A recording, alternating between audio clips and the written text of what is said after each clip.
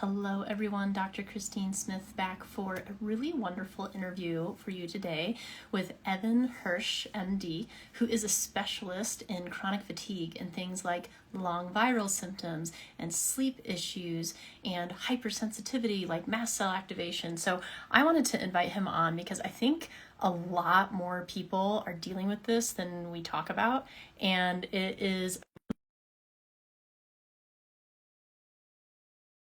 everything from hypersensitivity to not being able to sleep well to chronic fatigue. They can really all be tied together with a lot of things. And so Dr. Evan is not only a best-selling author and professional speaker, but he has also created his own method called the Energy MD method, which is scientifically backed, clinically proven, four-step process to resolving chronic fatigue and like long viral symptoms that people might be dealing with. So I wanted to have him on today. Hello, Evan. How are you? Hey, Christine, how are you? I'm great. Thank you so much for being here today. I was just telling people a little bit about you and already got some questions, people asking about things like fibromyalgia. So I'd love if you could just tell us a little bit about how you fell into this niche and fell in love with it of helping people overcome chronic fatigue and illness. So my story is a personal story, like for so many people. I started my residency program in 2004, met my wife a month in. We fell madly in love, and then 3 months later, she couldn't get out of bed. And that lasted for about 3 years. She had chronic fatigue. She was still working a high-powered job, and she had several employees that she was managing. She had her own company, and so she was pushing through, but she had those challenges, and she had chronic fatigue among other symptoms. And then after that, I ended up um, having my own challenges where I graduated residency, we got married, we had a child, I started my own practice, and then a couple years after that, I ended up getting chronic fatigue, and it lasted for about 5 years and just about destroyed my life, just about destroyed my relationship with my wife. Here she was coming out of her fatigue, and I really couldn't help her. I came home from work after plowing through my day, doing the best that I could, and I had to nap on the couch. I couldn't help her with the dishes. I couldn't help her with our newborn child. So that was really hard in our relationship, and it just broke my heart when my daughter wanted to play with me, and I couldn't. So, after the thousandth day in a row of lying under my desk, and I was practicing functional medicine at that time. But I was lying under my desk during the day, taking naps, closing the door because I had so much shame that I couldn't help myself. I realized it was something that I had to do. It wasn't enough for me to be fixing deficiencies like I had learned through holistic medicine and integrative medicine and functional medicine, where I was replacing hormones and vitamins and minerals and lifestyle habits and neurotransmitters and looking at genetics. I had to figure out there were other causes out there. There had to be a reason why I was feeling this way. So I went on this journey of environmental medicine, and I learned more about heavy metals and chemicals and molds and infections, and then later on about trauma, food allergies, etc. Because I knew that if I could find all of my causes, I could resolve my fatigue, and that's what I did. And then I wrote a book about it, and that's my mission right now. Thank you for sharing that because I think that story is more common than we realize. I think a lot of couples run into frustrations where they're both so tired from everything that we're all pushing to do that we can't help each other out, and then it breeds resentment when really we're all just like trying to survive in a world that's pretty tough right now. And I mean, I had fatigue my first few years of practice, and I think it's a real thing for people that have to push in their work. So with all this, I love that this is your mission, and remind us the name of your book if anyone wants to check it out. It's called Fix Your Fatigue. You can find it on Amazon. Great. Um, yeah. Perfect. And with that, like, I know you probably cover a lot of it in the book, but I wanted to talk about what you have found to be the root of most chronic fatigue issues and why they're so hard to treat and how much it's commonly tied to other conditions, because it's usually a precursor and a warning signal in your body. Absolutely. So yeah, what I've learned after seeing thousands of people is really that it comes down to what I call the toxic five. This is the heavy metals, the chemicals, the molds, the infections, and the trauma that have accumulated in our bodies over a lifetime. You know, we come out of the womb behind the 8 ball. You know, moms dump all their good stuff and not so good stuff into their babies, and then we just continue to accumulate throughout our lives until the body says no more. Now, what's interesting when we're taking a look at these different causes, that we're looking at 38 different causes when people come into our programs and we're figuring out what causes that they have. The toxic 5 really are the most important and end up causing, you know, 10 or 15 or 20 other causes, right? So it's really important to kind of have that perspective. And most of the people that I see who haven't gotten better, actually everybody who hasn't gotten better, really they haven't addressed the toxic 5. And it's never really just one of them. It's always a combination, and almost, I would say 90% of the time, it's all of those: the heavy metals, the chemicals, the molds, the infections, and there's usually several different kinds of infections, and then there's the trauma. So the nervous system, the limbic system, the brain, and in addition to the effect on the hormones and the vitamins and the minerals and the neurotransmitters and the genetics, is really why this becomes such a cluster, and why it's so also hard to treat. Because a lot of people are looking for Occam's razor. They're looking for, like, what is the one problem that I have? I mean, that's what I learned when I was going through medical school, is like, when somebody comes in, it's like you're looking for the one thing that describes all of their symptoms. And that's really just not the case. That's not how human works. And then the other challenge, too, is that people are really limited by their providers, where you can have the best provider in the world who's really nice, but if they don't have, I mean, I've gone through years and years of training for each of these: the heavy metals, the chemicals, the molds, the infections, and the trauma separately. And so if you don't have a provider who's done those things and they don't have that knowledge around mold, they're not going to ask you about mold. They're not going to test for mold. You're not going to then be treated for mold, and consequently, you're not going to get all the way better. So that becomes the challenging thing as well, because a lot of people love their practitioners, which is awesome, but if they don't have that knowledge, then you get to a point where you plateau. And I tell people, you know, if you're plateauing and you're really not making movement, and you've been with somebody for at least 6 months and you don't have a plan for addressing all of these causes moving forward, then it's time to make a switch. Yep. I could not agree more. And I really like what you said about the Occam's razor conundrum. And I think this ties into so much that we're dealing with in healthcare, because, you know, originally our diagnostic system was really made for communication and insurance purposes. But when you start running into people who don't fit into the box of the disease that's already occurred, and they're more like this person that's having a really weird reaction in their body from a toxic exposure that can't be defined as anything, then that's where the preventative care can come in. And it's weird for people because it's not a clear answer, it's not a clear diagnosis, but it's maintenance. I tell people all the time, we're maintaining the body. If we can maintain it, then hopefully we prevent you from getting that disease. And so I know, like, in this realm, you talk a lot about, like, basically what we just mentioned, like the cascade of everything. I talk to people about it as like thoughts, traumas, toxins, right? We have to address all of those. Traumas being physical thing, but you were talking more about like the stress, emotional, mental trauma, which I think is vastly underestimated in its role in health. And then the chemical trauma, which can be exposure from the environment, like mold, or exposure from something intrinsically, like dealing with leaky gut and accidentally leaking bacteria into your bloodstream. So with these, I'd love if we could dive into just how you approach these cases, especially people who are hypersensitive. I know you have some tips on like what time of day to take supplements that can really affect the outcome. And then from this, we can dive into a second question afterwards about like all these long viral symptoms that people are dealing with and how this is kind of tied together. Absolutely. So, you know, as Julie Andrews says in The Sound of Music, we're going to start at the very beginning. And so the beginning, that is what I call step one. So I have a 4-step process that I take people through. And the first step is to figure out what causes they have. So generally when people hear that there's 38 different causes that they can possibly have, and that everybody who has chronic fatigue and some of these other conditions that we're going to talk about today have a combination of 20 or more of these causes, they get overwhelmed. But the reality is that 75% of these causes can be determined by symptoms alone. So that means that just based off of what somebody's experiencing, and the symptoms that they have, they can know 75% of their causes. So 75% of those 38 or so, right? So then they can, and then the rest of the process really is matching up the treatment that's needed for each particular for each particular cause. Now, we like to have treatments that do double and triple duty. Sometimes we can do that, sometimes we don't. But the reality is that we know we're going to be a lot more successful when we start off with knowing all the causes that somebody has. And then there's so we said 75% based off symptoms, 25% based off labs.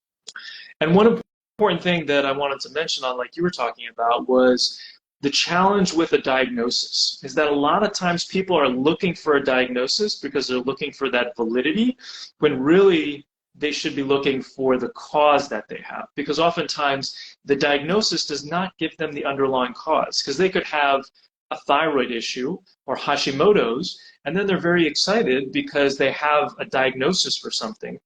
But the reality is that yes, you can take some thyroid and that can make you feel better, but if you really want true healing and be able to reverse your thyroid issue potentially, or make sure that you don't get other autoimmune conditions, then you have to make sure you're looking at one of the toxic five or a combination of the toxic five that are actually causing that particular diagnosis. So I just want to touch on that as well.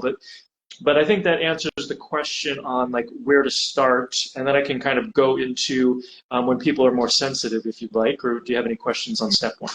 No, I think that's great. And I think a lot of people also run into going to a bunch of practitioners, being put on a bunch of supplements, it not really working, or them becoming hypersensitive. So I'd love to talk about some of those hypersensitive reactions, how that can definitely be tied to emotional and trauma states. And then we can go into the long viral one afterwards.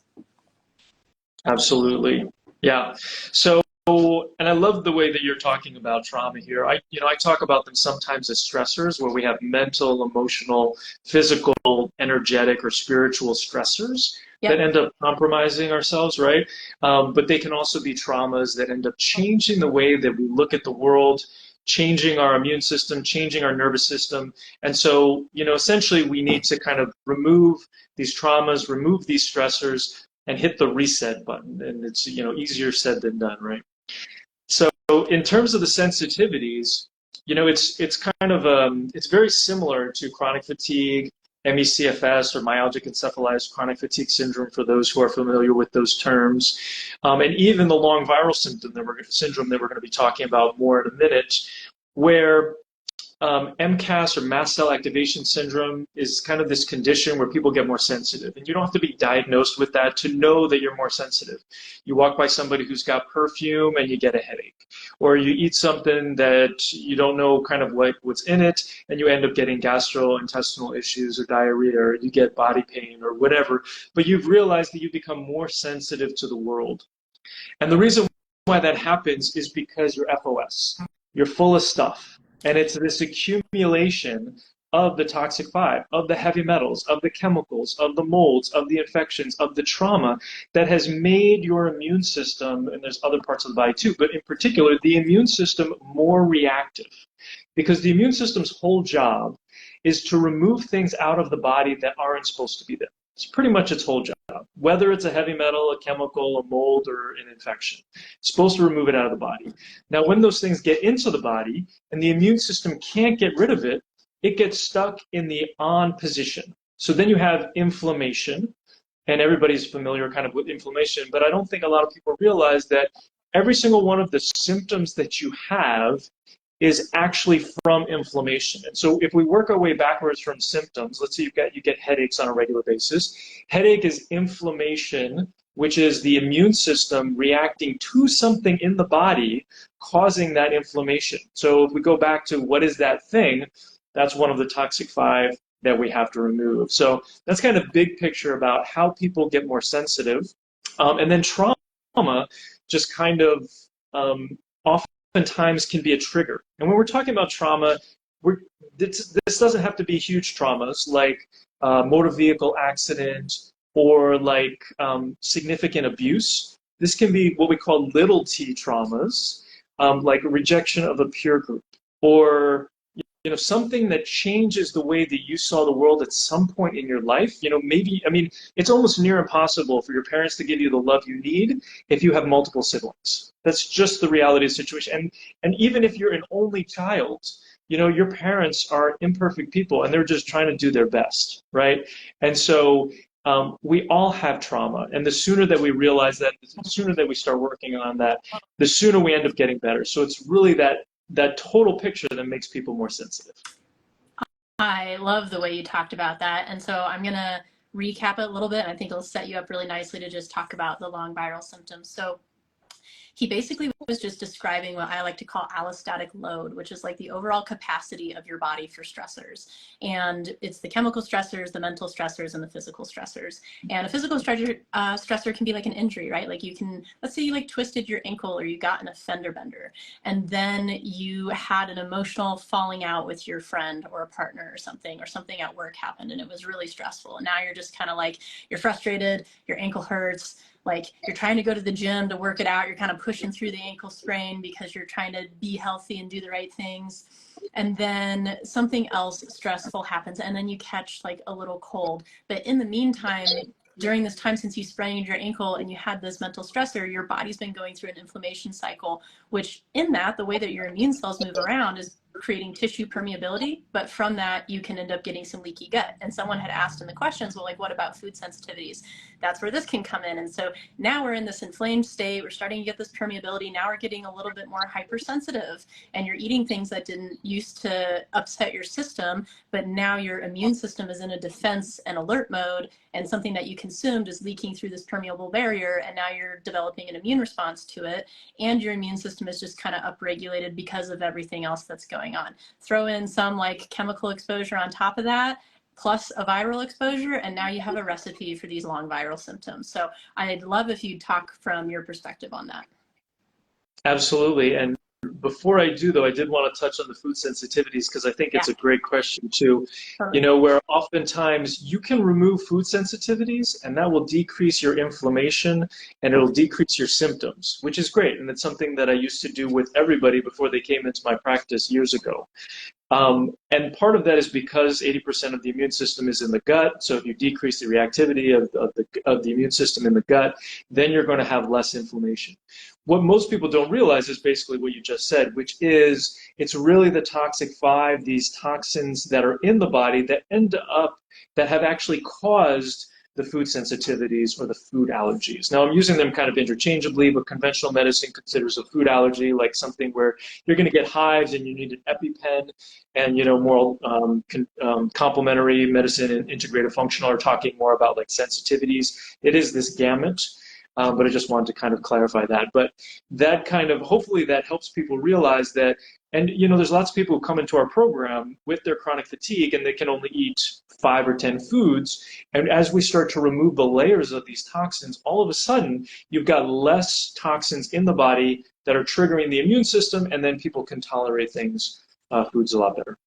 I'll throw in like one little comment before you dive into the rest of it. So there's been arguments around like, well, food sensitivity tests change, and like, of course you're going to have an IgG reaction to foods. It means you have a tolerance and these different things. I think it's very much about the way that you interpret the sensitivity test. Like if you get a test back and there's a ton of sensitivities on it, it means that their immune system is overactive, right? So it's a generalization that you can really look at. It also probably means that they've had some permeability in their gut. Now, if it's a healthy food that I'd want them to include in their diet, like onions or chicken or beef, like those are things that eventually we might want to like rotate back in, but for the time being it's an actionable tool that we can use to calm the inflammation so your immune system can work on other things like Evan's going to talk about next. Yeah, and that is definitely the issue with the labs. I actually don't run those labs anymore because of that issue. And when you have all of these toxins, the immune system is dysfunctional. So it's not functioning right, and then you're going to ask a dysfunctional immune system to give you an accurate test that's looking at the immune system's reaction, right? So it's just, you always have to, all tests are imperfect, and you always have to take it with a grain of salt, and history plus, clinical picture is always more important. And so, starting off with an elimination diet, and then using, if you're like, gosh, I know I'm reacting to something, but I'm not exactly sure what it is, I would say that is kind of the time to potentially do that lab, but also knowing that as you remove these toxins out of the body, that you're going to continue to improve. And then it's just a question of where do you want to put your time, your energy, your money, your resources, that sort of thing. Yep, definitely. Beautiful. Well, let's dive into what you have encountered in practice around these like long viral symptoms. And I know like a lot of it is everything that we've been talking about, and those tend to be the people susceptible. But I know you have like a process that you like to go through to help these people, because a lot of people are struggling and it's a really relevant topic right now. Yeah, and you're absolutely right. The question is always, why do people end up getting these persistent symptoms of the virus, right? Where you get a virus and either it doesn't go away and the symptoms keep going, or you get a virus, they go away, and then they come back in a month, maybe 2 months. I talked to somebody the other day who didn't have them come back until about a year later. And then you've got all these weird symptoms and you're wondering, where they're coming from. So it's really about, how functional is your immune system when you get the virus. And so if you get, generally, if you get a weak response to the virus, you're more likely to get persistent symptoms. And that's because your immune system needs to react very strongly in order to make sure that it's kicked outside the body.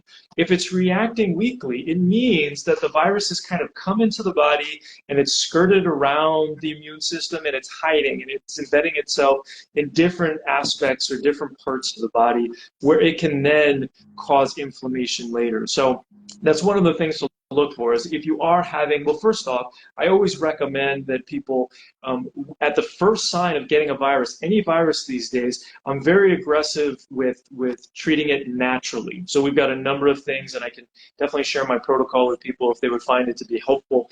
But it's really important to be aggressive to make sure, because we're seeing 35 to 40% of everybody who gets pandemic virus to end up with persistent symptoms.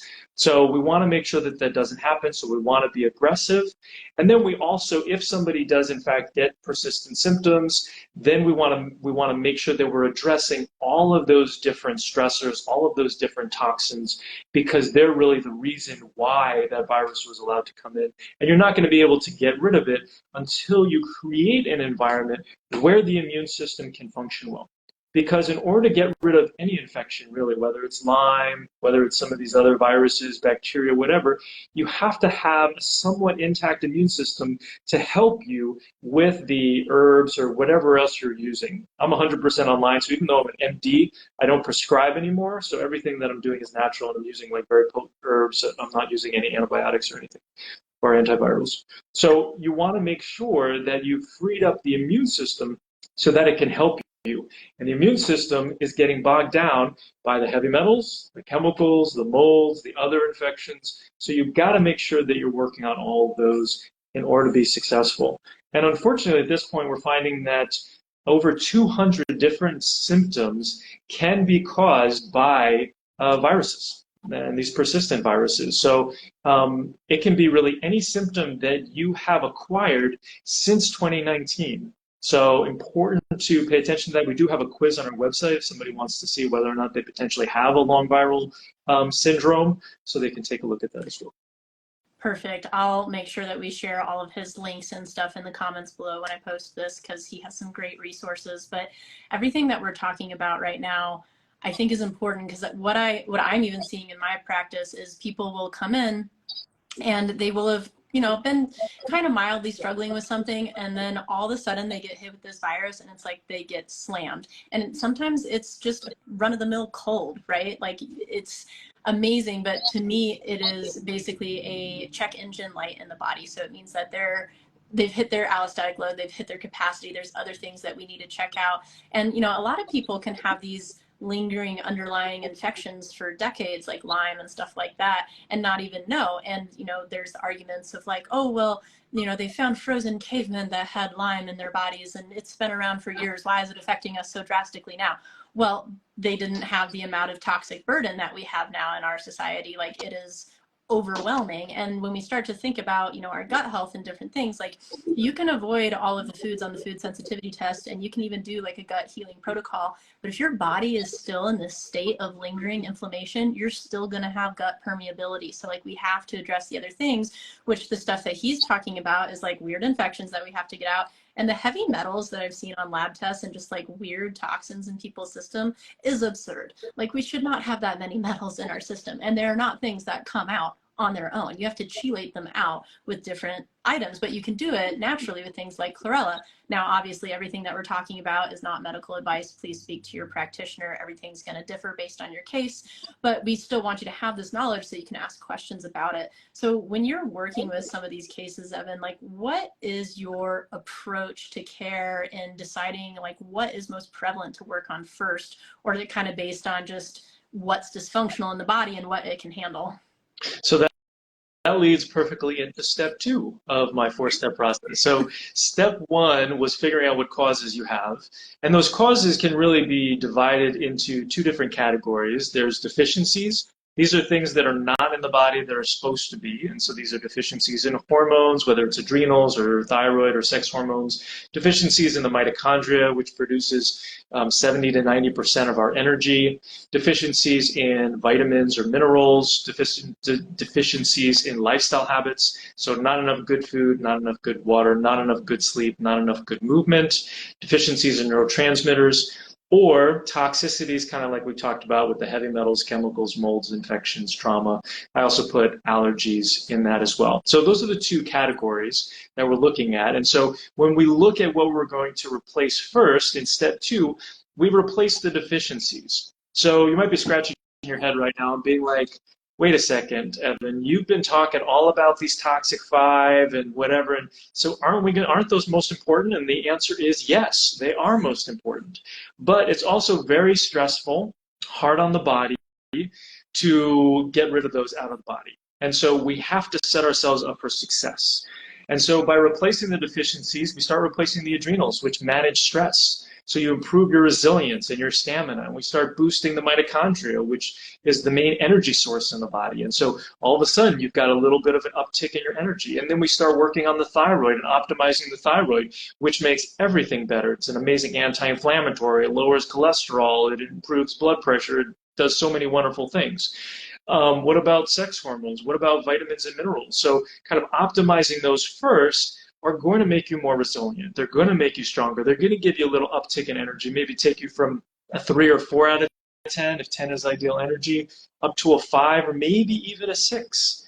So you're setting the stage for step 4. So sometimes if step 4 and the toxins is overwhelming the body and you've got so much of the toxic 5, you may not notice anything by replacing the deficiencies in step 2, and that's okay. Because the reality is that when you get into step 4, you're going to be glad that you had those things replaced in step 2. And for most of you, if you've seen a functional medicine doc or a natural medicine doc or whomever, you may have found that by replacing these things that I'm talking about, you might be like, oh yeah, I've already done those things. They helped a little bit. And then I plateaued or whatever. But that's because you had the toxic 5 that needed to be addressed. So I like to replace the deficiencies first for this very reason. Should I go into step 3, or you got any questions on that? I think we can pretty much go to step 3, but I'll just say like a simple way to think about it for people is like your liver goes through phases, and phase 3 is kind of like getting it out of the body. Phase 2 is like having someone come and pick the trash up to take it out of the body. And phase 1 is like putting the trash out on the curb. If we just put the trash out on the curb and we don't have any of the nutrients to act as the things that carry it out of the body, we're just going to create more damage. So order of operations is important. Agreed. Yeah. And so step 3 in my process, which is different than like phase 3 in the liver, is basically an exit strategy for these toxins, which we'll get to in step 4. And so this means that you're opening different drainage pathways in the body. So this is liver and kidneys and lymph, which is the garbage system of the body, and neural lymph, which is the garbage system of the brain, and intestines and gallbladder. Because essentially, when you have chronic fatigue or some of these other syndromes that we're talking about, these pathways are clogged. They're FOS, they're full of stuff, they're full of toxins, right?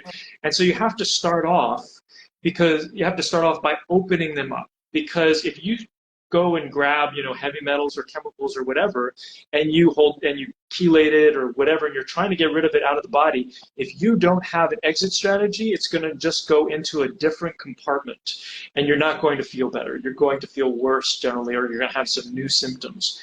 And so that's why step 3 is so important. And then when you get into step 4, this is kind of where the hand holding and the support is so much more important, because this is really where the rubber hits the road. This is really where you have more bumps in the process. This is really where you're going to spend most of your time as you're kind of going through a program, is because there's a little bit of a push and pull. You have to figure out what is going to be the ideal amount that you can kind of remove or dump into the exit pathways in step 3 so that you don't feel worse. And so that's kind of why you hire somebody like Dr. Christine here, so that you can make sure that you're not going to have these challenges along the way. I think that's incredibly important. And, sometimes people will work with practitioners and they'll have a weird symptom and they'll say, oh, that's just a detox symptom. True, but if you're having a detox symptom, it means you're pushing the system too hard and it's time to check in. So just keep those things in mind. And if you are working with someone and you do have some discomfort pop up, it's important to communicate that so they can modify your plan custom to your body.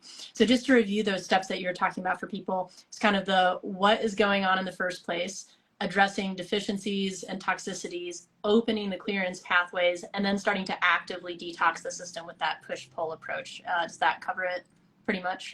Yeah. It does. And I just wanted to kind of dovetail on what you were saying, where, if you are feeling worse when you're starting to remove these toxins out of the body, it's actually really damaging for the hormones and your mitochondria. And so you're not doing yourself any favors by pushing through or by feeling worse as you're kind of going through the process. I tell people we want you to feel like this much worse, just itty bitty little bit of worse, so that we know something is happening. But we want, as soon as we know that, we want to manage it correctly. Absolutely. And I think that's probably one of the most important things that we've talked about, is like understanding how to manage these things correctly and listening to your body, which I know is something that you teach to people a lot too, is just how important it is to learn how to have a relationship with your body again and be able to understand when it's speaking to you, so that you can know to slow something down, or that you might be deficient in something. Like there's little tricks, like if you look at your fingernails and there's white spots, you might be mineral deficient, just stuff like that. So in the rest of this, I would love, let me rephrase it another way. What do you think is the biggest inhibitor to people being healthy today? Misinformation. Well, Yeah, right. I do think that part of it is that there are certain, government bodies that aren't really supporting us in terms of like, what does the food pyramid look like? We haven't talked at all about gluten and dairy. If a large percentage of our population went gluten-free, we would have a significantly healthier population, or sugar-free. Processed foods. It's just so interesting to people. People really need a reframe around, what is healthy. We get so used to things. Humans are incredibly adaptable, but if it hasn't fallen off a tree or grown out of the ground, like, we really shouldn't be consuming these things. We should really be going through periods of feasting and famine. We really should look back to how we were thousands of years ago, before we had industrial revolution and acquired a number of things that kind of made life easier for us, and looked at, okay, like, how are we created, and how can I apply that today in order to make myself healthier? There's very few things that actually have proven to increase longevity, and one of them is actually eating less. Right, so it's. I would say that it really. We haven't talked much about food, but I would say that so much of it comes down to food. A lot of people that I see, they've already done everything that they feel like they possibly can from lifestyle habits, and they're still not better. And then they really need to step into these other things. But I want to remind people that that really is the place to start. Make sure you're sleeping more. Make sure you're drinking more water. Make sure you're eating good food. Make sure that you're working on your mindset, and it can make a huge difference in your life. I 1000% agree. And since we have a little bit of time, let's dive into food a little bit. And I had some questions come in that I think would be interesting too, since you just commented on the eating less, which I actually agree with. But then someone mentioned that people try to detox using intermittent fasting and they feel terrible. And then another component is like women will struggle more as they are going through their hormonal shifts. So I'm going to kind of tie all these together a little bit. But when it comes to our food industry, it is probably one of the most confusing things out there. And I'll be interested to hear your thoughts on it. Kind of to mimic you, I tell people a lot, if it walks, flies, swims, or grows, you're probably good. If it came out of a machine, probably not. And if it's been modified a lot, probably not. And when it comes to the whole like fasting to detox thing, yes, I think fasting actually has a lot of benefits when it's done right at the right time for your body. If you're in one of these states that Evan and I were talking about earlier, where you're just incredibly depleted and your body's overwhelmed, you're probably already in a bit of adrenal fatigue, and it may not be the best idea for you to be fasting. Plus, if you have a bunch of toxins floating around in your system because you're overburdened, fasting releases more toxins. So because they're stored in your fat cells. So that's probably why those people aren't feeling well, is they're releasing toxins upon toxins when they haven't really cleared the streets first, that like phase 3 that Evan was talking about in his program, that opening up all the pathways and really starting to get things out. So I think timing is really important. And then when it comes around, you know, women or anybody with hormones really, but especially women, because we have bigger hormonal fluctuations, but men are affected by this too if you're in a place of depleted hormones. That is why things can affect you more heavily if you're in a state of depletion, whether that is just generally across all genders in a state of depletion, or moving into the realm of perimenopause, menopause, where your hormones are more depleted and your body is shifting and changing over. It's more taxing on the system. So it depends on how taxed your system already is, which leads us right back to our food industry. And I'll let you comment from there. Yeah, I mean, I don't know if I could say it any better. But you know, a lot of people, when they feel worse, it's because they forget that fasting is stressful on the body. And so it is, like you said, compromising the adrenals, which are trying to manage stress.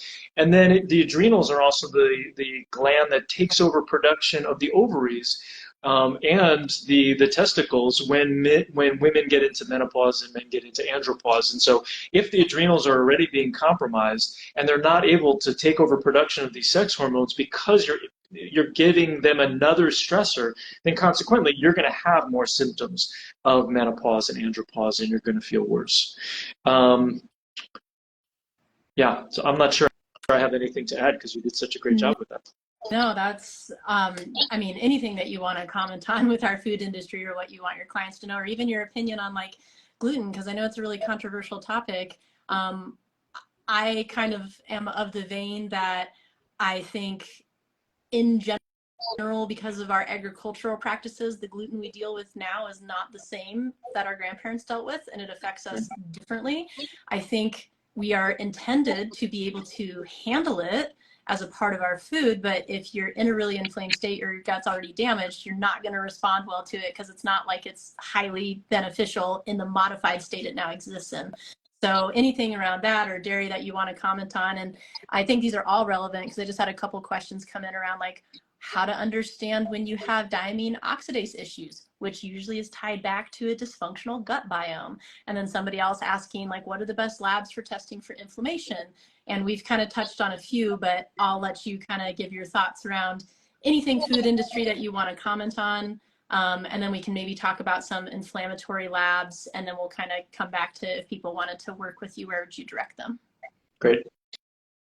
So yeah, you know, with gluten, you know, we met in this current form that we're in as humans. We met gluten about 10,000 years ago. We met wheat, and it was a 7 chromosome organism. Now it's a 49 chromosome organism, I believe. And so it's kind of like, if you think about us as humans, if we were, you know, we're 23 pairs, 46 chromosomes. If we were 150 chromosomes, we would look very different, right? And so I tell people eating gluten is kind of like eating a sock. The gluten that we knew back 10,000 years ago has evolved a lot more than we have. And so consequently, it's very foreign to us. And so even though it looks good and it tastes good and all of these things, it's just not doing us any favors, and it's causing a lot of inflammation, right? Anything we put in our mouth can then trigger the gut, since we talked about 80% of the immune system is in the gut. And when you trigger the immune system, then that is going to lead to inflammations. And as we talked about, any symptom is actually a consequence of inflammation. So working backwards, then the inflammation is coming from the immune system reacting to something, and in this case, we're talking about gluten, right? And then oftentimes people will ask, well, then why does it taste so good? And a lot of this has to do with gluten and dairy. They actually produce morphines in the gut.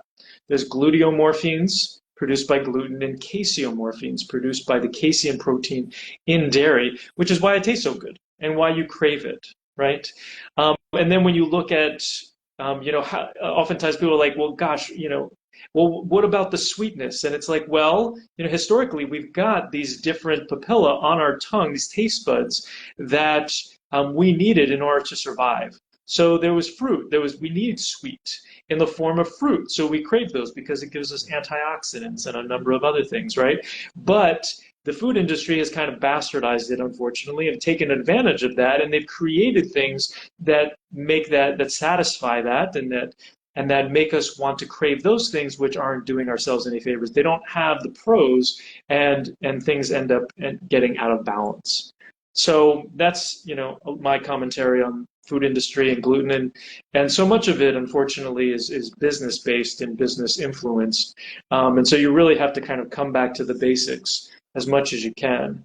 And then one thing I wanted to talk about too is that when you were talking about, but my grandma made this, we have this emotional attachment to some of the things that our grandparents made. And yes, the gluten that we had back then was different, but I think also, they also didn't have necessarily the knowledge that we have now, and we have a chance to hit the reset button on our traditions.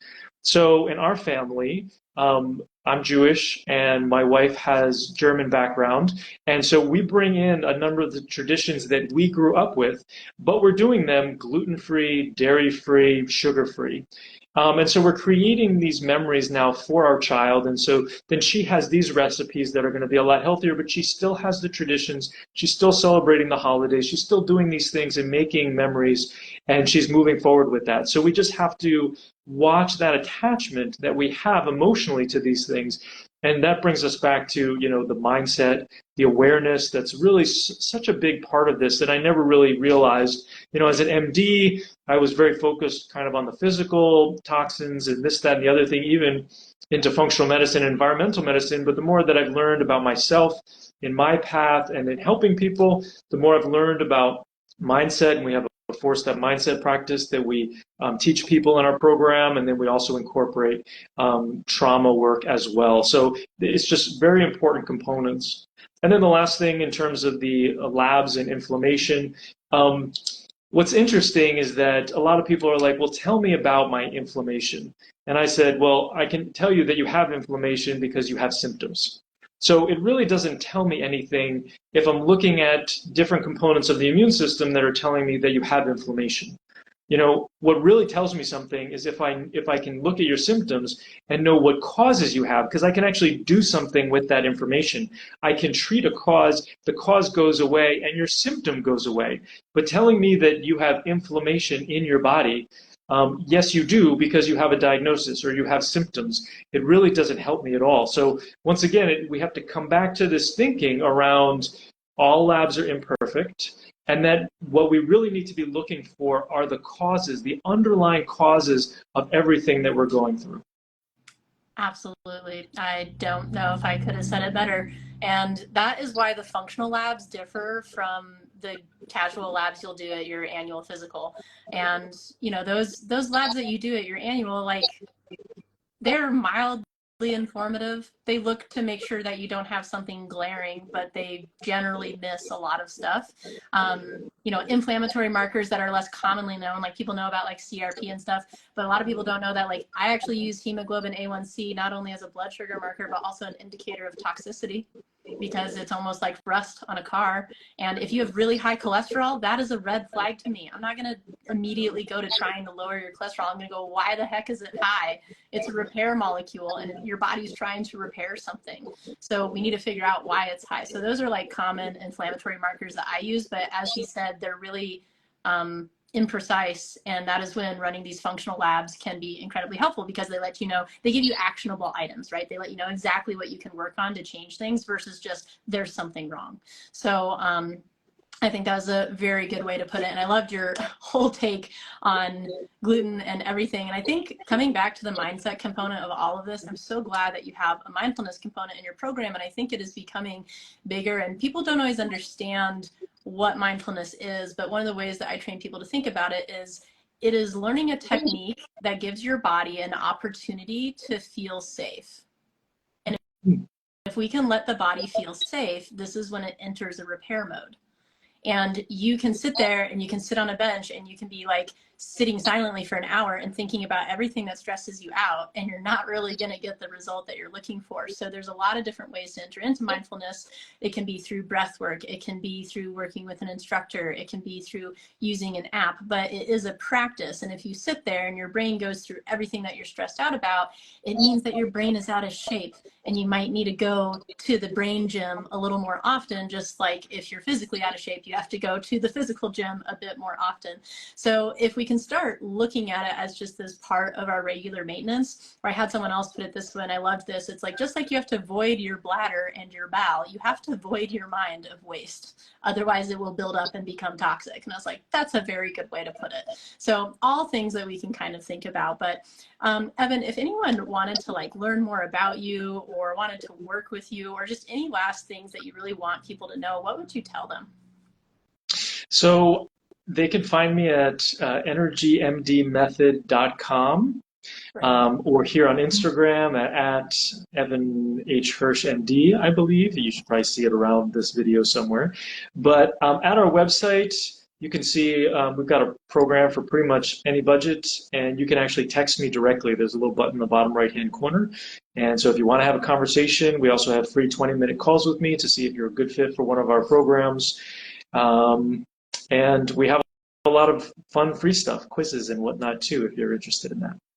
Awesome. And I know that you had some resources that you were going to direct people toward. Where should they check those out? I think I'll drop them in the comments here. I think we talked about me putting my antiviral protocol on there, and then also the quizzes that we have. So I'll put those in the comments. Great. And then I'll put those in the comments below the recording. Any like last thoughts or comments that you'd want to share with people just about, you know, the journeys that you've seen people on dealing with all of this, or even your own journey, but just any last wrap-up thoughts for people?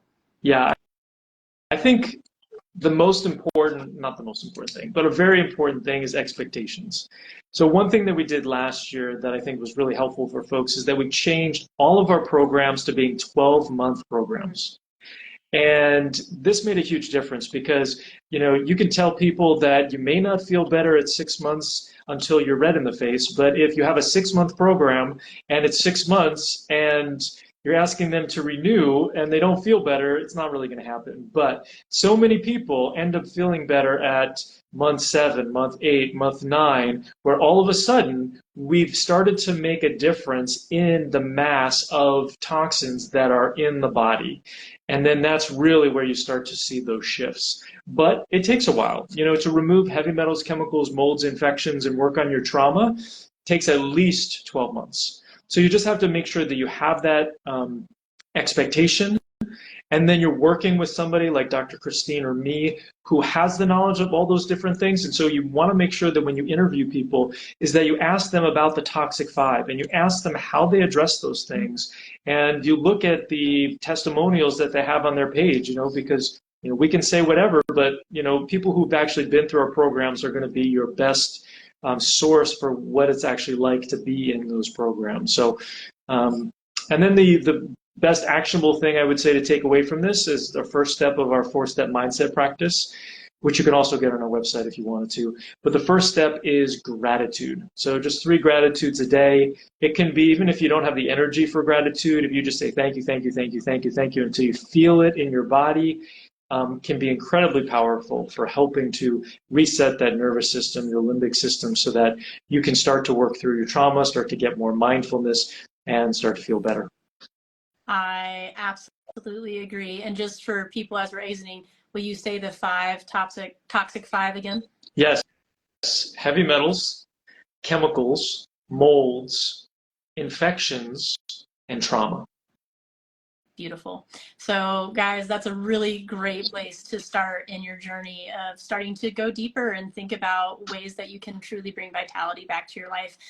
Thank you so much for doing this today. I know it's been a long time coming, and I'm so glad we finally got to. It was an absolute pleasure chatting with you. And guys, anything that you liked or you want to learn more about, comment below when I post this, and we can always do another one that's kind of like more advanced topics, just because we have a fun time talking. So thanks for your time, and I'll get this posted and reach out with any questions to both of us, guys. Thank you.